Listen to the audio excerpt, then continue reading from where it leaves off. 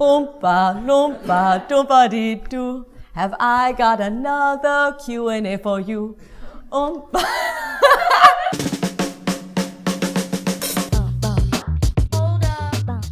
Hey there, it's Marie Forleo, and you are watching Marie TV, the place to be to create a business and life you love. And this is Q&A Tuesday.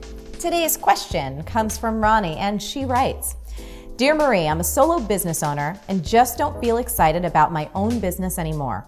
I feel like my career path is blah, even though I'm doing well financially and have a great team and clients. I've been feeling like this for over 2 years, but I've been a good girl, working hard, and I have to, I'm a mom. But it's no fun, and I frequently feel down and sort of lost. I thought I was burned out, but now I'm wondering if it's time for a career change, which scares me. Is this crazy? And how does one differentiate between normal burnout and having outgrown one's passion? Thanks so much. Ronnie, this is such a good question, and I so wish that I had you sitting here next to me because I would just dig into it with you and we'd really get to the bottom of it. But since we have this format here, I'm gonna give you 4 questions to ask yourself to see whether or not you're burned out and you just need to adjust some things, or it's time for a new career. The fact that you referred to yourself as a good girl tells me that you're very aware of what other people think of you. You don't want to disappoint anyone or let anyone down. So number 1, let's start off with what I call the law test. It's a great way to take people's expectations out of the equation. Imagine that a law was recently passed and you have to stop doing what you do and close your business. It's the law. Everyone in your industry is going to have to do the same thing. No more business. Would you fight that law? Would you march at City Hall to keep your business open? Or would you be relieved so you can move on and create your next thing without any guilt or the feeling that you're letting anyone down? Your honest answer to this question will tell you a lot, but let's keep moving. Number 2, let's talk about time off. I'm curious, Ronnie, how much time, if any, have you had off in the last 6 months? How much fun or adventure or inspiration have you had in your life outside of your business? Even if we love what we do, if we don't take time off to recharge, we can start to get burnt out and then start to question all of our decisions and think, well, maybe it's time for a big change. It's kind of like your favorite food. I love mashed potatoes like nobody's business. But if I ate mashed potatoes every single day, pretty soon I'd hate mashed potatoes. So if you've been working without a break, maybe you're suffering from mashed potato syndrome. You're doing it way too much and you're not gonna get the love and the passion back unless you walk away and take a break. Number 3, the 80-20 rule. 80% of our frustration in business often comes from 20% of our business activities. So take a look for yourself. Are there projects or clients that you just dread? Are there things that you're responsible for in your business that fall outside of your genius zone? Are there appointments that you're praying will be canceled? The key to staying passionate in any career is to identify and remove 20% of the activities that are just getting you frustrated. One of the reasons I'm able to continue loving what I do is because I'm constantly changing things up. If there's something in my business that I'm just not feeling anymore, it goes away, and that helps me to stay passionate and out of burnout. Finally, number 4, are you using your natural strengths the majority of the time?